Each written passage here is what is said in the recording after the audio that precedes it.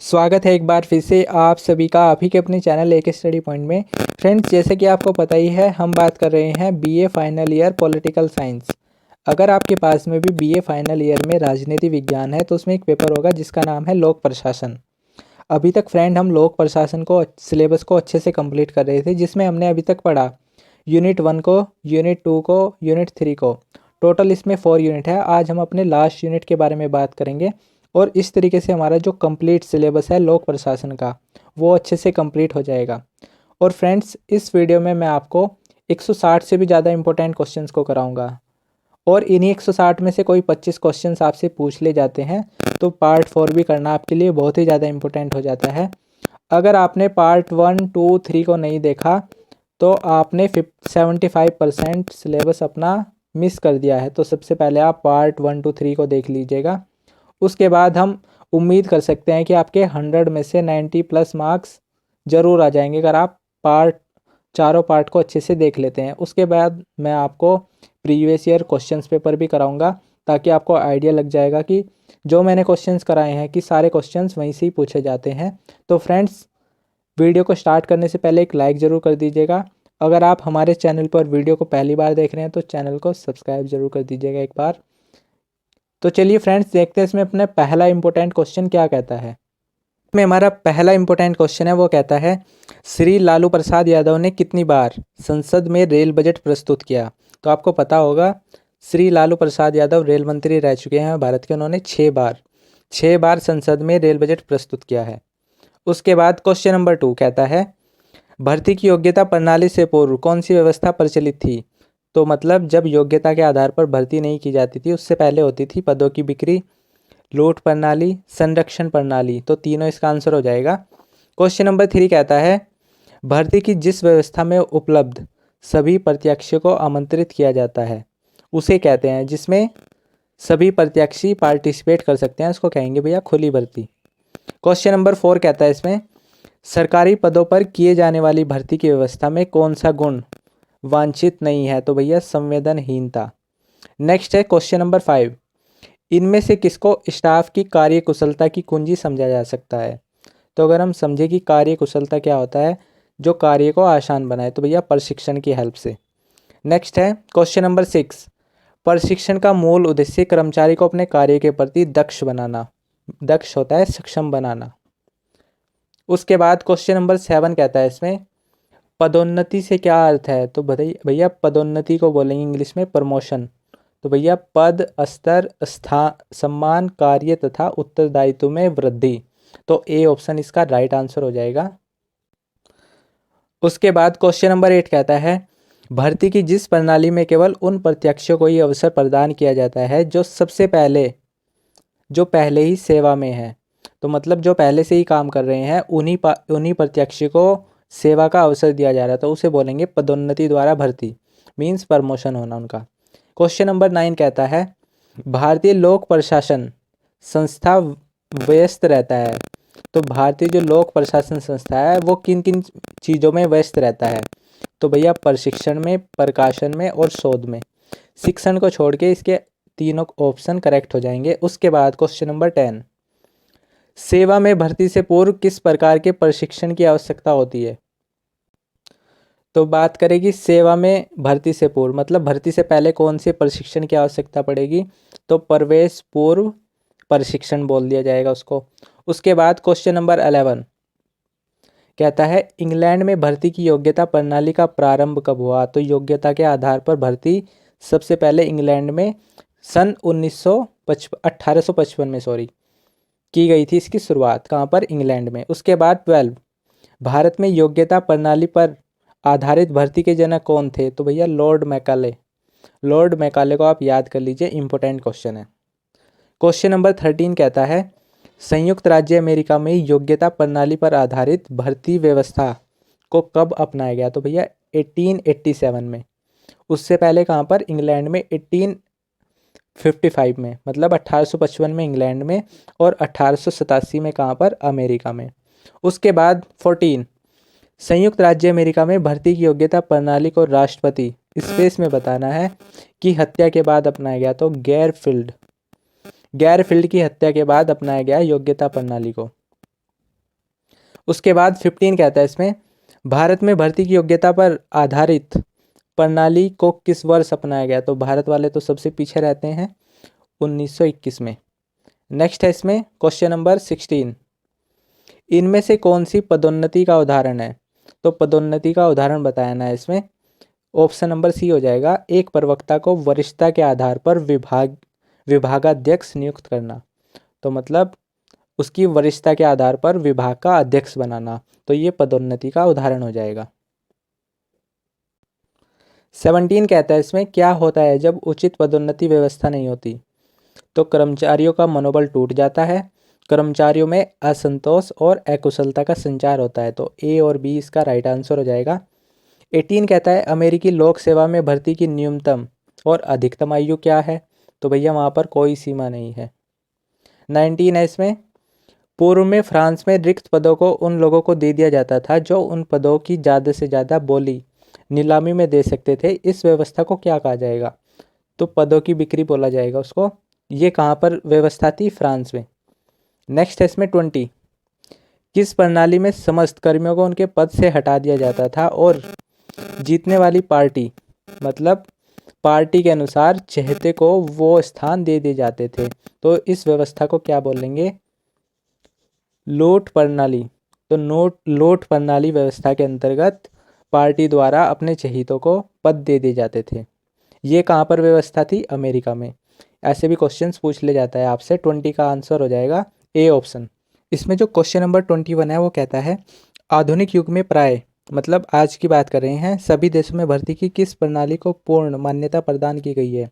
तो भैया योग्यता के आधार पर भर्ती की जाती है। अब 22 कहता है इसमें, भारतीय संविधान की जिस धारा में राष्ट्रपति और राज्यपाल को यह अधिकार प्रदान किया गया है कि यदि वे उचित समझे तो उन पदों का चयन को लोक सेवा आयोग के क्षेत्राधिकार से दूर कर सकते हैं।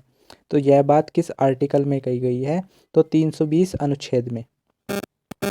उसके बाद क्वेश्चन 23 कहता है, निम्नलिखित में से भर्ती के लिए साक्षात्कार विधि सर्वप्रथम कहाँ प्रयुक्त की गई। तो भैया साक्षात्कार बोलते हैं इंटरव्यू को, तो ब्रिटेन में। 24 कहता है इसमें, लॉर्ड मैकाले को भर्ती की किस व्यवस्था का जनक कहा जा सकता है। तो भैया लिखित परीक्षा। 25 कहता है इसमें, भर्ती की जिस व्यवस्था में प्रत्याशी के ज्ञान, शैली, विचारधारा और अभिव्यक्ति और लेखन क्षमता का प्रशिक्षण किया जाता है वह संबंधित है। तो भैया लिखने से संबंध है, तो भैया निबंधात्मक लिखित परीक्षा से। इसका आंसर हो जाएगा सी ऑप्शन। नेक्स्ट है इसमें 26, किस प्रणाली का मुख्य दोष यह है कि इसमें प्रत्याशियों का चयन एक परीक्षक के निजी विचारों पर आधारित होता है। तो भैया किस प्रणाली का दोष है, निबंधात्मक लिखित परीक्षा प्रणाली। ए ऑप्शन इसका आंसर हो जाएगा। 27 कहता है इसमें, किस प्रणाली में भर्ती के लिए प्रत्याशियों का मूल्यांकन उसके अनुभव और योग्यता पर आधारित होता है। तो अनुभव और योग्यता का मूल्यांकन, सी ऑप्शन इसका आंसर हो जाएगा। उसके बाद 28 कहता है, भर्ती की किस प्रणाली में प्रत्याशी की किसी चीज़ को सीखने की क्षमता का पता लगाया जा सकता है। तो हमें क्या पता लगाना है, किसी चीज़ को सीखने की अक्षमता का। तो प्रत्याशी का कार्य के प्रति रुझान, तो डी ऑप्शन इसका आंसर हो जाएगा। 29 कहता है इसमें, भर्ती संबंधी न्यूनतम शर्तों का निर्धारण किया जाता है। तो भैया संबंधित विभागाध्यक्ष द्वारा।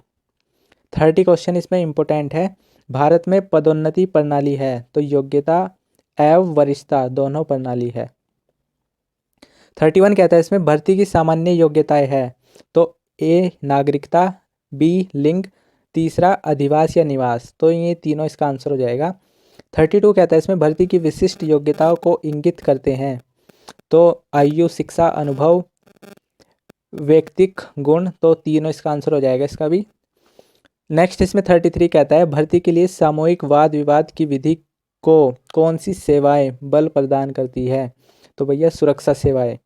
34 इसमें कहता है, प्रशिक्षण का अर्थ है नए कार्यों के लिए अभिनवीनकरण, वर्तमान काल के लिए ज्ञान तथा कुशलता का विकास एवं भावी उत्तरदायित्व के लिए तैयारी। ये विचार किस विद्वान के हैं। तो मेडेल के यह विचार है। डी बी ऑप्शन इसका आंसर हो जाएगा।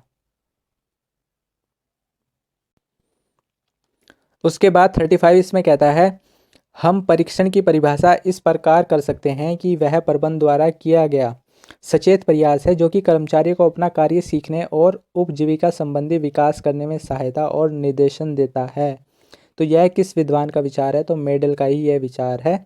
इसको आप याद कर लीजिए। 35 और क्वेश्चन नंबर 34 दोनों विचार किसके हैं? मेडल के हैं। उसके बाद 36 कहता है इसमें, प्रशिक्षण का मूल उद्देश्य कर्मचारी को अपने कार्य के प्रति दक्ष बनाना। रिपीट है शायद ये क्वेश्चन। 37 कहता है इसमें, प्रशिक्षण सचेत रूप में किया जाने वाला कार्य है जो किसी कार्य को सीखने के लिए साधन प्रदान करता है। तो यह कोटेशन किसकी है? प्रोक्टर एव थुर्टन। प्रोक्टर एव थुर्टन का यह कथन है। इसको आप याद कर लीजिए। 38 इसमें कहता है, यदि कर्मचारी को व्यक्तिगत रूप में प्रशिक्षण प्रदान करना हो तो स्पेस में बताना है कि विधि का अपनाना चाहिए। तो ए ऑप्शन हो जाएगा इसमें, पत्राचार पाठ्यक्रम की विधि को अपनाया जाना चाहिए। नेक्स्ट है इसमें 39, यदि कर्मचारी को व्यक्तिगत रूप से प्रशिक्षण प्रदान करना है तो किस विधि को अपनाना चाहिए? तो पर्यवेक्षणाधीन अध्ययन विषय। तो ए ऑप्शन इसका आंसर हो जाएगा। कुछ क्वेश्चंस इसमें याद करने वाले हैं और कुछ क्वेश्चंस का तो आंसर क्वेश्चन में ही छुपा होता है, वो आपको क्वेश्चन पढ़ते ही इसका आंसर आपको पता लग जाता है। 40 कहता है इसमें, प्रशिक्षण की अनेक विधियां हैं, यदि कर्मचारी को व्यक्तिगत रूप से प्रशिक्षण प्रदान करना है तो असंगत तथ्य है। तो क्या होगा? सामूहिक विचार विमर्श। तो असंगत तथ्य हो जाएगा। 41 कहता है इसमें, यदि कर्मचारियों को सामूहिक प्रशिक्षण प्रदान करना है तो उसके लिए स्पेस में बताना है का तरीका अनुचित रहेगा। तो अनुचित तरीका कौन सा होगा? पत्राचार पाठ्यक्रम। किसकी बात कर रहे हैं? सामूहिक की। तो सेमिनार हो सकते हैं सामूहिक में, सम्मेलन भी हो सकते हैं, सामूहिक विचार विमर्श भी हो सकते हैं। 42 इसमें होगा, यदि कर्मचारियों को सामूहिक प्रशिक्षण प्रदान करना है तो उसके लिए हमें स्पेस में बताना है का तरीका अपनाया जाना चाहिए। तो सेमिनार, सम्मेलन, सामूहिक विचार विमर्श, वही जो हम क्वेश्चन नंबर 41 में देखा है। उसके बाद 43 कहता है इसमें, यदि कर्मचारी को सामूहिक प्रशिक्षण कम मूल्य पर घर बैठे ही प्रदान करना है तो कौन सा तरीका अपनाया जा सकता है? मतलब मॉडर्नाइजेशन, मोबाइल फ़ोन जैसे अब जूम ऐप के थ्रू कर लेते हैं, वो सारी चीज़ें, रेडियो, टीवी, समाचार पत्र द्वारा प्रशिक्षण देना। नेक्स्ट है इसमें 44, निम्नलिखित में से जो प्रशिक्षण का उद्देश्य नहीं दर्शाता है वह है प्रशिक्षण द्वारा उसे व्यक्तिगत कार्यों के लिए सक्षम बनाना। मतलब उसका पर्सनैलिटी का डेवलपमेंट तो करना ही है, मतलब व्यक्तिगत कार्यों के लिए सक्षम बनाना नहीं है। नेक्स्ट है 45, स्पेस में बताना है पाठ्यक्रम का उद्देश्य कार्य के प्रति उचित दृष्टिकोण विकसित करना और प्रशासनिक कार्यों को सही रूप में समझना, सही रूप में समझने योग्य बनाना है। तो भैया आधारभूत पाठ्यक्रम आ जाएगा इसमें। 46 कहता है इसमें, इनमें से कौन सा लोक संपर्क का उदाहरण नहीं है? तो भैया लोक संपर्क का उदाहरण नहीं है, वह है जनता तथा लोक कर्मचारियों के बीच उचित संबंध स्थापित करना। नेक्स्ट है इसमें 47, लोक संपर्क एवं लोक प्रचार, तो दोनों एक दूसरे के पूरक है। 48 कहता है इसमें, लोक संपर्क के मार्ग में मुख्य बाधा है।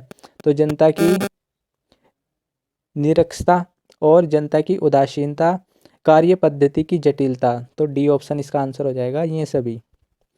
49 कहता है इसमें, भारत का नियंत्रण एवं महालेखा परीक्षक पद में उसी प्रकार और उन्हीं आधारों पर हटाया जा सकता है जो कि इसके समान है। तो सर्वोच्च न्यायालय का न्यायाधीश इसका आंसर हो जाएगा। तो किसके द्वारा हटाया जा सकता है? सर्वोच्च न्यायालय का न्यायाधीश, मतलब सुप्रीम कोर्ट। नेक्स्ट है इसमें 50, निम्नलिखित में से क्या भारत के नियंत्रण एवं महालेखा परीक्षक के बारे में सही नहीं है? तो क्या सही नहीं है भैया? इसकी नियुक्ति राष्ट्रपति द्वारा 5 वर्ष की अवधि के लिए की जाती है। तो फर्स्ट ऑप्शन तो इसमें इनकरेक्ट हो जाएगा। नेक्स्ट है इसमें, उसका वेतन एवं सेवा शर्तें राष्ट्रपति द्वारा निर्धारित की जाती है, ये भी गलत हो जाएगा। वह राष्ट्रपति द्वारा स्वतः भी पद से हटाया जा सकता है। वह केंद्र द्वारा राज्य सरकारों के लेखों के रखरखाव के लिए उत्तरदायी है। तो चारों ऑप्शन गलत हो जाएंगे नियंत्रण एवं महालेखा परीक्षक के बारे में। 51 कहता है इसमें, भारतीय लेखा परीक्षण की मुख्य विशेषताएं हैं। तो इसकी विशेषताएं बतानी है। लेखा परीक्षण केंद्र का विषय है, बिल्कुल सही बात है। उपराष्ट्रीय स्तर पर लेखा परीक्षण एवं लेखांकन का एकीकरण। नेक्स्ट है इसमें प्राथमिक रूप से व्यय से संबंधित, बिल्कुल सही बात है, व्यय के बारे में बात करता है। अनिवार्यतः न्यायिता का लेखा परीक्षण, बिल्कुल चारों ऑप्शन इसके करेक्ट हो जाएंगे। 52 कहता है इसमें वर्तमान में भारत के नियंत्रण एवं महालेखा परीक्षक कौन है? तो फिलहाल इसमें जो मेंशन है वो है राजीव माहेश्वरी। जो करंट में होगा उसको आप गूगल करके एक बार कंफर्म जरूर कर लीजिएगा, ये चेंज होते रहते हैं। 53 इसमें कहता है निम्नलिखित वित्त मंत्रियों ने लोकसभा में कितनी बार बजट प्रस्तुत किया है? तो वित्त मंत्रियों की अगर हम बात करें, सबसे पहले इसमें मोरारजी देसाई वित्त मंत्री रह चुके हैं भारत के, इन्होंने 10 बार लोकसभा में वित्त बजट प्रस्तुत किया है। नेक्स्ट है इसमें पी चिदम्बरम, ये कांग्रेस के टाइम पर रहे हैं, इन्होंने 9 बार बजट प्रस्तुत किया है। उसके बाद यशवंत सिन्हा, इन्होंने 7 बार, प्रणब मुखर्जी ने 8 बार। तो इस तरीके से आप याद कर सकते हैं, ऐसे भी पूछ दिया जाता है मैच द फॉलोइंग में। 54 इसमें कहता है किसी भी प्रजातंत्र में विशुद्ध, कुशल तथा निष्पक्ष प्रशासन के बिना कोई भी योजना सफल नहीं हो सकती। तो किसने बोला? एडी गोरवाला। एडी गोरवाला का यह कथन है, इसको आप याद कर लीजिए। 55 इसमें कहता है भारतीय संसद की कौन सी समितियां वित्तीय नियंत्रण से संबंधित है? तो भैया अनुमान समिति, लोक उद्यम समिति और लोक लेखा समिति, तो तीनों समिति। 56 कहता है इसमें बजट पास करने की प्रक्रिया में निम्नलिखित में से कौन सा एक विधानमंडल के अधिकार अक्षेत्र में नहीं है? तो भैया मांगों की वृद्धि करना। नेक्स्ट है इसमें 57 किस वर्ष तक रेल बजट संसद, मतलब जो रेल बजट है वो बजट संसद में प्रस्तुत किया जाता है? तो 2016 तक। सी ऑप्शन इसका आंसर हो जाएगा। 58 कहता है इसमें कर्मचारी की कार्यशैली, पद्धति, उसके मानसिक विकास और अपने कर्तव्य वहन करने की अक्षमता पैदा करने का नाम क्या है? पदोन्नति। तो 58 का आंसर हो जाएगा ए ऑप्शन, पदोन्नति। उसके बाद 59 इसमें कहता है कर्मचारियों को उसके पद, कार्य से संबंधित ज्ञान प्रदान कराना और उसके मानसिक विकास का कार्य संबंधित होता है। तो भर्ती और सामान्य शिक्षा से। सी ऑप्शन इसका आंसर हो जाएगा। नेक्स्ट है इसमें 60 कहता है जब कर्मचारियों को काम सीखने के लिए छोड़ दिया जाता है तो परीक्षण की इस प्रणाली को स्पेस में बताना है का तत्व विशेष रूप से क्रियाशील होता है। तो कौन सा? व्यावसायिक शिक्षा। नेक्स्ट है इसमें गलती भूल और सतत प्रयत्न। नेक्स्ट इसमें कार्य अनुभव। तो डी ऑप्शन इसका आंसर हो जाएगा, इनमें से कोई भी नहीं। 61 कहता है इसमें फ्रेंड्स, जो इसमें इंपॉर्टेंट क्वेश्चन है वो मैं आपको बता दे रहा हूँ और उनको तो आप हमेशा करके जाइएगा, कुछ क्वेश्चंस को आप इनमें छोड़ भी सकते हैं। 61 कहता है इसमें निम्नलिखित में से कौन सा उद्देश्य परीक्षण का नहीं हो सकता? तो उद्देश्य की बात कर रहे हैं, किससे? प्रशिक्षण से। तो पदोन्नति हेतु तैयार करना, यह कोई उद्देश्य नहीं हो सकता किसी भी प्रशिक्षण का। नेक्स्ट है इसमें भावी कार्मिकों को तैयार करने के लिए इस प्रशिक्षण प्रणाली को स्पेस में बताना है, कहा जाता है। तो किसकी बात कर रहे हैं? भावी कर्मियों को तैयार करना। तो मतलब जो कर्मी हैं उनको मतलब अच्छे से मतलब तैयार करना, किसके लिए? सेवाकालीन प्रशिक्षण, मतलब उनको सेवा के लिए तैयार करना। नेक्स्ट है 63 भारत में इंजीनियरिंग कॉलेज और मेडिकल कॉलेजों में जो शिक्षा दी जाती है वह संबंधित है किससे? है अनौपचारिक प्रशिक्षण। नेक्स्ट है 64 बजट शब्द की उत्पत्ति किस भाषा में हुई थी? तो वेरी इंपॉर्टेंट क्वेश्चन है, फ्रेंच भाषा में हुई थी। 65 इसमें वित्तीय प्रशासन की जिम्मेदारी किसकी होती है? तो वित्तीय प्रशासन की जिम्मेदारी होती है कार्यपालिका की। अभी आप यूनिट 3 में भी करके आए हैं, तो कार्यपालिका को अगर आपने नहीं पढ़ा है तो यूनिट 3 को आप अच्छे से देख लीजिएगा, वहाँ पर आपको कार्यपालिका के सारे फंक्शन समझ में आ जाएंगे। उसके बाद 66 इसमें कहता है राज्यसभा वित्त विधेयक को अधिक से अधिक कितने दिन तक रोक सकती है? तो वेरी इंपॉर्टेंट क्वेश्चन है फ्रेंड, 14 दिन तक रोक सकती है। 67 इसमें कहता है लेखा पर मत से अभिप्राय है। तो क्या अभिप्राय है? सरकार द्वारा पेश किए गए लेखा पर मतदान। नेक्स्ट है इसमें 68 भारतीय संसद की कौन सी समिति वित्तीय नियंत्रण से संबंधित है? तो भैया लोक उद्यम समिति, लोक लेखा समिति, अनुमान समिति। तो भैया तीनों। उसके बाद 69 कहता है इसमें टेलीफोन ऑपरेटर को टेलीफोन स्विच बोर्ड पर काम करने का प्रशिक्षण स्पेस में बताना है किसके अंतर्गत आता है, तो भैया व्यावसायिक प्रशिक्षण के अंतर्गत। 70 कहता है इसमें कौन सा प्रशिक्षण कर्मचारियों को किसी काम की व्यावसायिक योग्यता देने के लिए होता है, तो व्यवसाय की बात हो रही तो व्यावसायिक प्रशिक्षण। 71 इंपॉर्टेंट क्वेश्चन है इसमें, एडमिनिस्ट्रेटिव स्टाफ कॉलेज की स्थापना कौन से सन में की गई, तो 1957 में। 72 IAS प्रशिक्षण संस्थान मसूरी से पूर्व कहाँ पर था, तो भैया नई दिल्ली में। तो इम्पोर्टेंट क्वेश्चन है 72 भी। 73 है इसमें, IAS प्रशिक्षण संस्थान की स्थापना सन 1965 में की गई थी।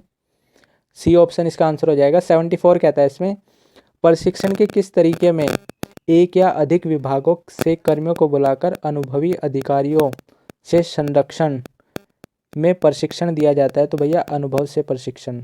ए ऑप्शन इसका आंसर हो जाएगा। 75 इसमें इंपॉर्टेंट क्वेश्चन है, मसूरी में लाल बहादुर शास्त्री संस्थान में जो प्रशिक्षण दिया जाता है वह स्पेस में बताना है से संबंधित है, तो भैया योग्यता प्रशिक्षण से संबंधित है। 76 है इसमें, हैदराबाद में पुलिस प्रशिक्षण संस्थान में जो प्रशिक्षण दिया जाता है वह किससे संबंधित है, तो वह भी योग्यता से संबंधित है। 77 कौन सा बजट प्रक्रिया का अंग नहीं है, तो भैया बजट प्रक्रिया का अंग कौन सा नहीं है, तो भैया न्यायपालिका।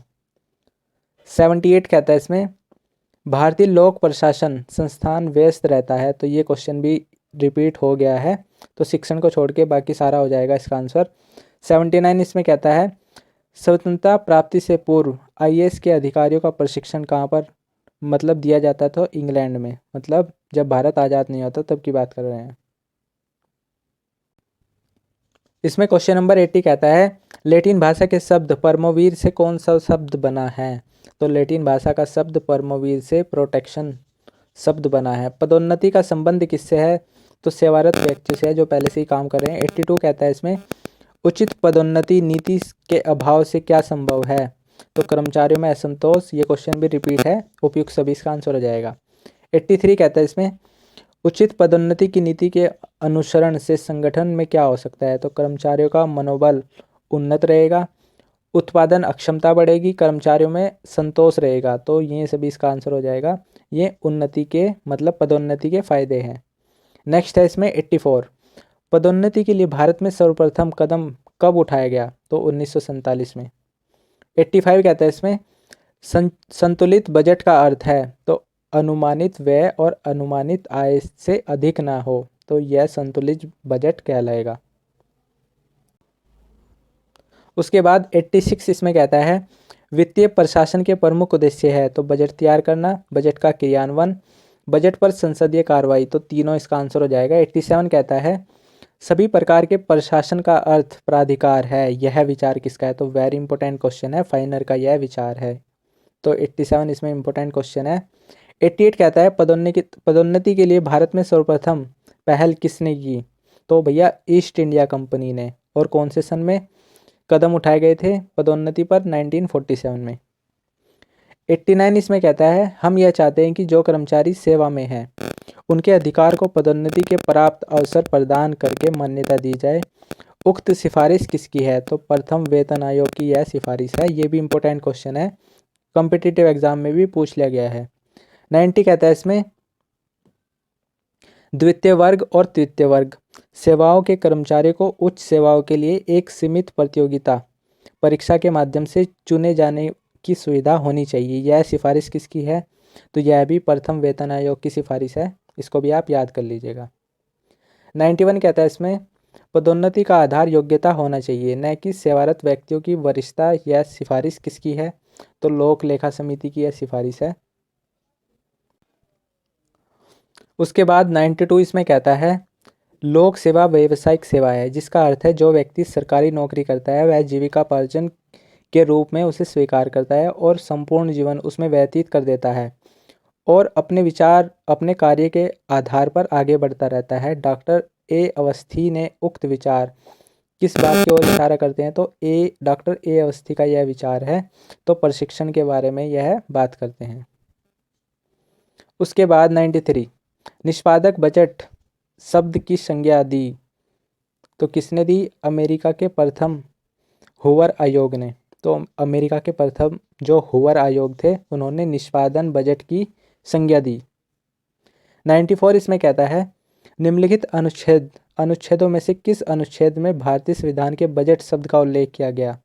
तो आपको ये कमेंट बॉक्स में बताना है कि भारत में जो बजट है वो किस आर्टिकल में मेंशन है। 95 कहता है इसमें निम्नलिखित में से किस समिति का सभापति प्राय विरोधी दल का विरोधी दल का होता है। तो किसके बारे में बात कर रहे हैं, समिति का सभापति। तो लोक लेखा समिति हमेशा जो विरोधी दल से होता है। नेक्स्ट है इसमें 96 निम्नलिखित में से कौन सी विशिष्ट रूप में निचले सदन की समिति है। तो प्राक्कलन समिति। 97 कहता है बजट के प्रमुख उद्देश्य क्या है। तो वित्त का राजकोष द्वारा सही प्रबंध, बजट क्रियान्वयन और संसदीय उत्तरदायित्व। तो ये सभी इसका आंसर हो जाएगा। 98 कहता है इसमें राज्य के वित्त संबंधी कार्य को अंजाम देने के लिए होता है। तो भैया बजट होता है। 99 है इसमें राज्य में वित्तीय स्रोतों के संचालन और सार्वजनिक वित्त के प्रबंध को क्या कहते हैं। तो भैया वित्तीय प्रशासन कहेंगे उसको। उसके बाद 100 क्वेश्चन इसमें कहता है प्रशासन में वित्त सर्वत्र वैसे ही सम्मिलित है जैसे कि वायुमंडल में ऑक्सीजन। तो ये वेरी इंपॉर्टेंट क्वेश्चन है फ्रेंड। यह कथन किसका है। तो मार्स्टेन मार्क्स का यह कथन है, इसको आप याद कर लीजिए। वित्तीय आपात की स्थिति में निम्नलिखित में से क्या किया जा सकता है। तो जब फाइनेंशियल इमरजेंसी हो जाए तो राज्य विधानसभाओं के धन विधेयक को राष्ट्रपति के विचारत आरक्षित किया जा सकता है। 102 में कहते हैं सरकार घाटा वित्तीयन का सहारा लेती है। तो कब लेती है, राज्य और व्यय बजटों के अंतर को भरने के लिए। बी ऑप्शन इसका आंसर हो जाएगा। 103 बजट निर्माण की उस पद्धति को जिसमें सभी कार्यक्रमों को नए सिरे से मूल्यांकित किया जाता है उसे क्या बोलेंगे भैया, निष्पादन बजट। अभी आप पढ़ के आ रहे थे क्वेश्चन नंबर 93 में कि निष्पादन बजट शब्द की संज्ञा दी। तो अमेरिका के प्रथम हूवर आयोग ने दी। ये इंपॉर्टेंट क्वेश्चन है फ्रेंड, निष्पादन बजट। एक क्वेश्चन हमेशा पूछ लिया जाता है यहाँ से। उसके बाद 104 कहता है निम्नलिखित में से कौन सी समिति नियंत्रण एवं महालेखा परीक्षक के लेखा परीक्षण प्रतिवेदन का परीक्षित करती है। तो लोक लेखा समिति इसका आंसर हो जाएगा। 105 कहता है इसमें भारत में बजट की किस प्रणाली को अपनाया गया है। तो कार्यपालिका प्रणाली का बजट। नेक्स्ट है इसमें।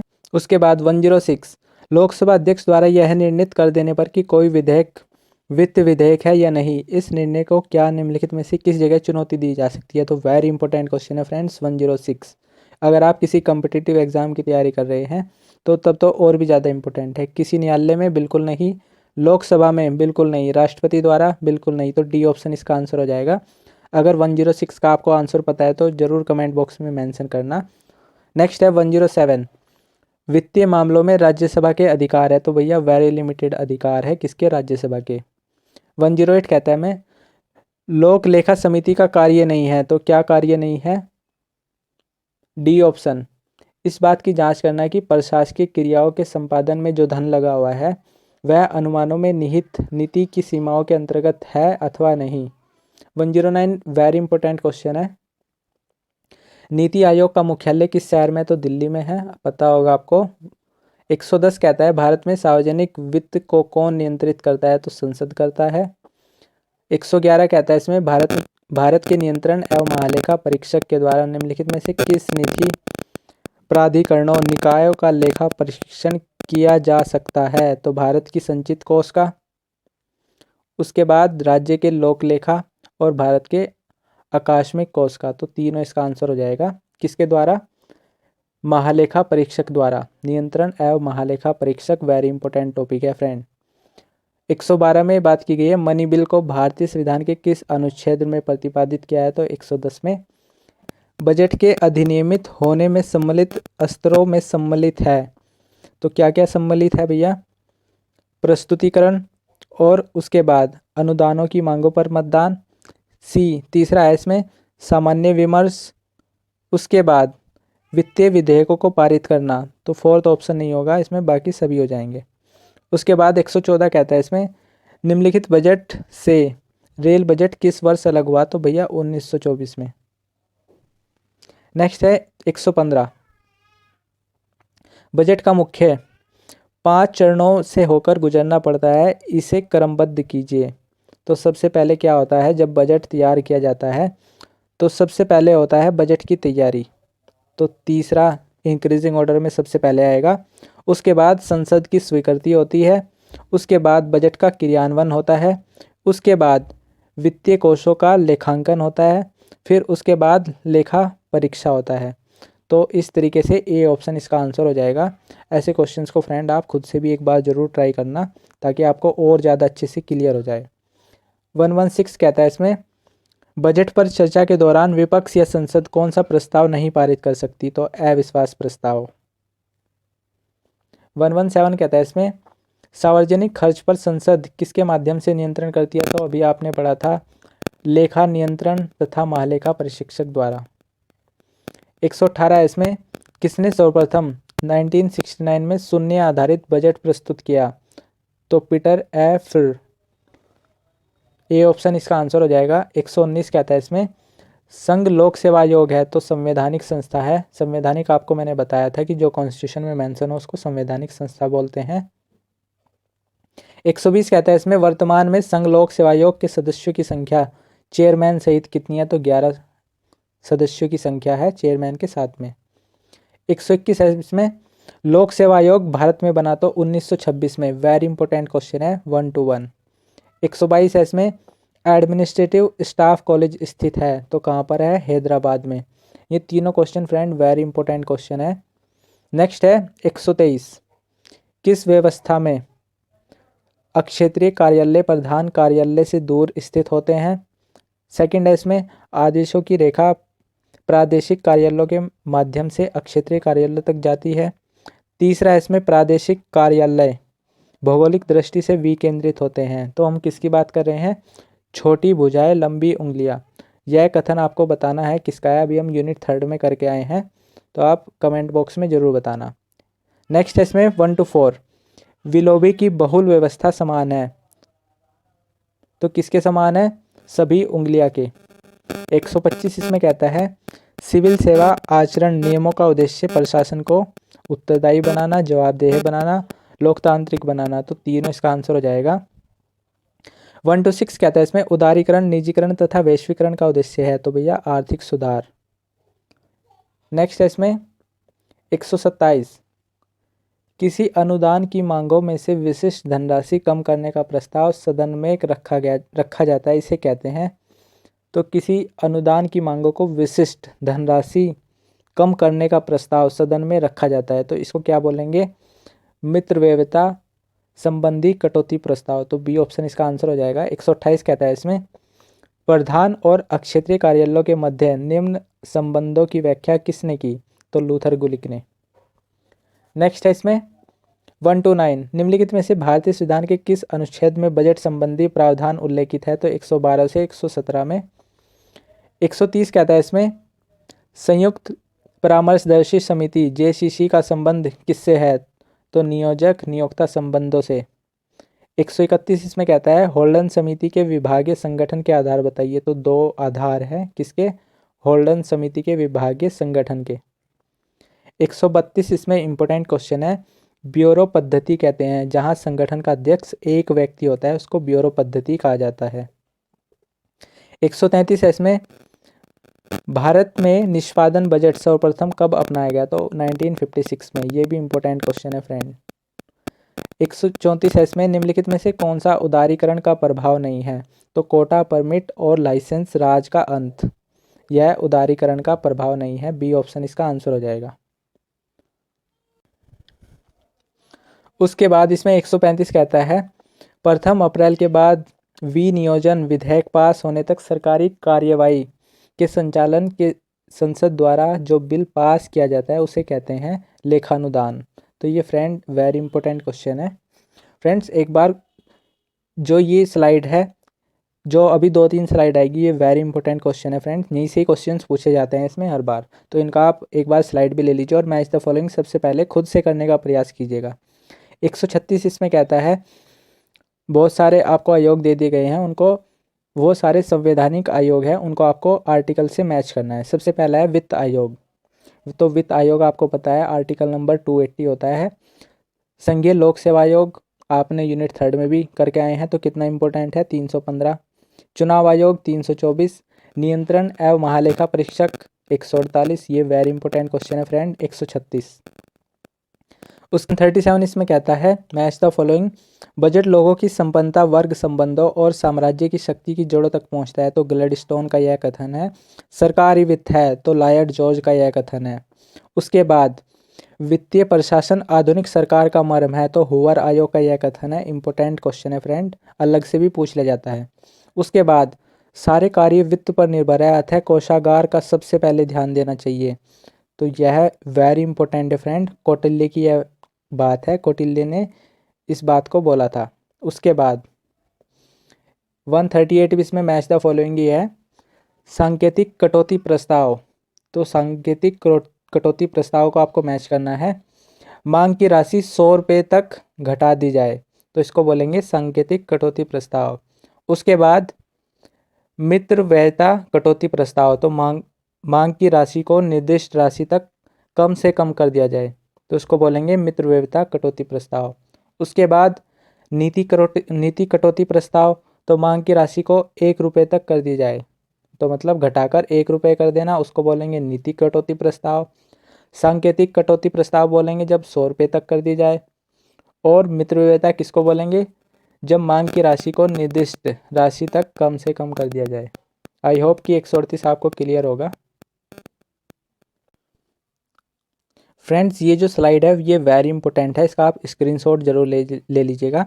इस स्लाइड में से एक या दो क्वेश्चन आपको कन्फर्मली जरूर मिलेगा।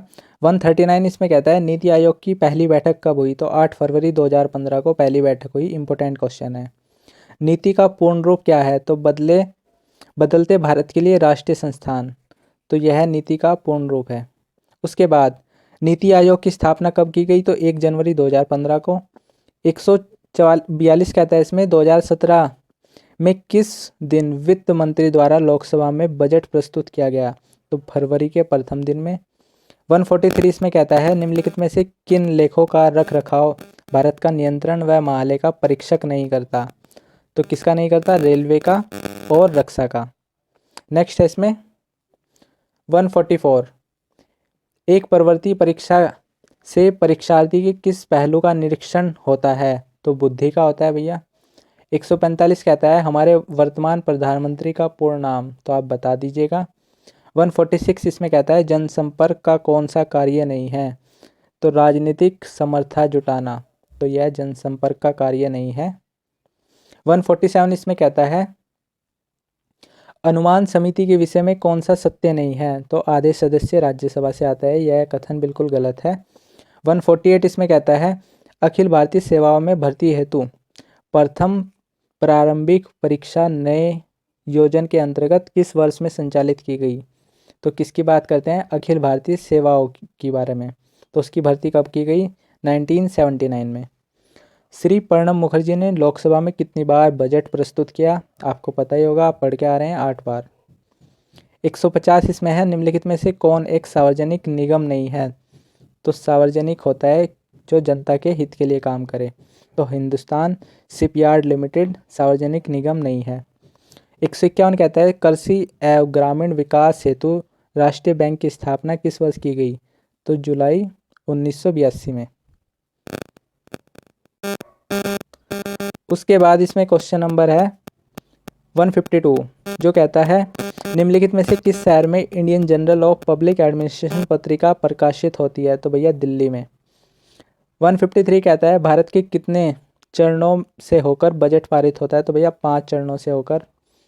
154 इसमें कहता है लोक सेवाओं में भर्ती के लिए आवश्यक सामान्य अर्हता क्या है, तो सबसे पहले तो नागरिकता ही है। उसके बाद 155 एक कर्मचारियों से प्राप्त लिखित अथवा मौखिक निष्पादन प्रतिवेदन को कहा जाता है, तो अंतर्वैयक्तिक संवाद, तो डी ऑप्शन इसका आंसर हो जाएगा। 156 कहता है इसमें विनियोग लेखा की जांच की जिम्मेदारी किसको सौंपी जाती है, तो लोक लेखा समिति को सौंपी जाती है, बी ऑप्शन। नेक्स्ट है 157 निम्नलिखित में से किस वित्त मंत्री ने भारत में शून्य आधारित बजट का क्रियान्वयन करने की पहल की, तो वीपी सिंह। इंपॉर्टेंट क्वेश्चन है फ्रेंड 157। 158 कहता है इसमें, बजट पास करने की प्रक्रिया में निम्नलिखित में से कौन सा एक विधानमंडल के अधिकार क्षेत्र में नहीं है? तो मांग की वृद्धि करना। ये क्वेश्चन भी रिपीट है और एग्जाम में पूछा गया है 2018 में। 159 इसमें कहता है, वित्त मंत्री किस दिन लोकसभा में बजट मतलब जो बजट प्रस्तुत करते हैं? तो फरवरी के प्रथम दिन में। 160 इसमें कहता है, वित्त मंत्रालय का व्यय विभाग निम्नलिखित में से कौन से कार्य करता है? तो कौन कौन से कार्य करता है? तो चारों कार्य करता है। ए ऑप्शन इसका आंसर हो जाएगा। उसके बाद 161 कहता है इसमें, निम्नलिखित में से किस वर्ष में विनिवेश विभाग को पृथक विभाग के रूप में स्थापित किया गया? तो 10 दिसंबर 1999 को।